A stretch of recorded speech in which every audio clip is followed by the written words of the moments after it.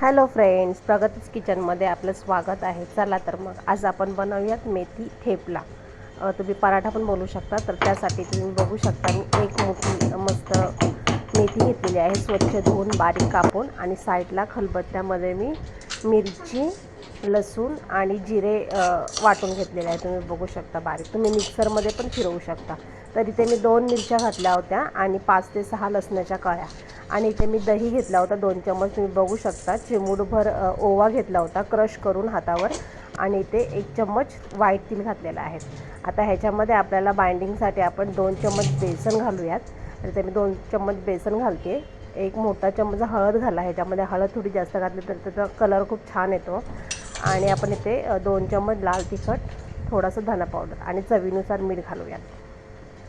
तर तुम्ही बघू शकता, आणि 1 चम्मच तेल घालूयात। आता आपण ह्याला मिक्स करूयात छान।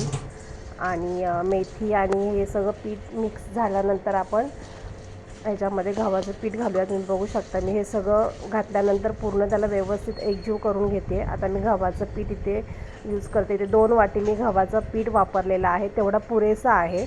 आणि त्याच वाटीमध्ये मी पाणी घेतला होता। साधारण मला अर्धी वाटी पाणी लागलेलं आहे त्या पिठासाठी।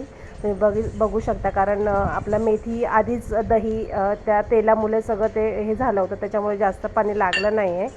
तर थोडंसंच पाणी घातलेलं आहे मी, आणि आपलं पीठ मी मळून घेते छान। तुम्ही बघू शकता मस्त कलर आलेला आहे आपल्या पिठाला, आणि छान झालेलं आहे। आता हे 10 ते 15 मिनटं रेस्ट करायला ठेवूयात। चला तर मग झालेलं आहे। तर तुम्हाला मी पराठा लाटून दाखवते, किंवा ठेपला।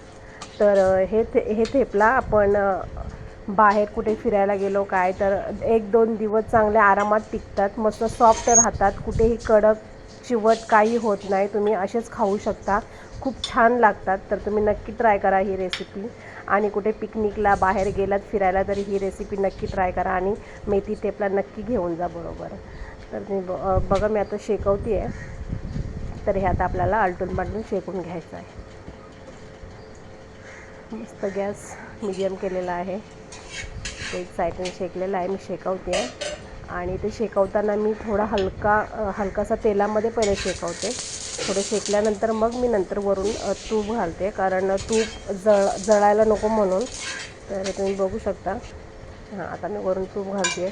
किंवा तुम्ही असंही करू शकता, तेलामध्ये भाजून घेऊन खाली उतरल्यानंतर पराठा वरून तुपाचा 1 चम्मच सोडू शकता, तसं पण खूप छान लागतं आपला पराठा किंवा ठेपला। तर आपल्या इथे ठेपला झालेला आहे। तर तुम्ही बघू शकता मी अशा प्रकारे सगळे करून घेतलेले आहेत, आणि किती सॉफ्ट झालेले आहेत। तर मग आपला व्हिडिओ आवडल्यास लाईक शेअर सबस्क्राईब जरूर करा।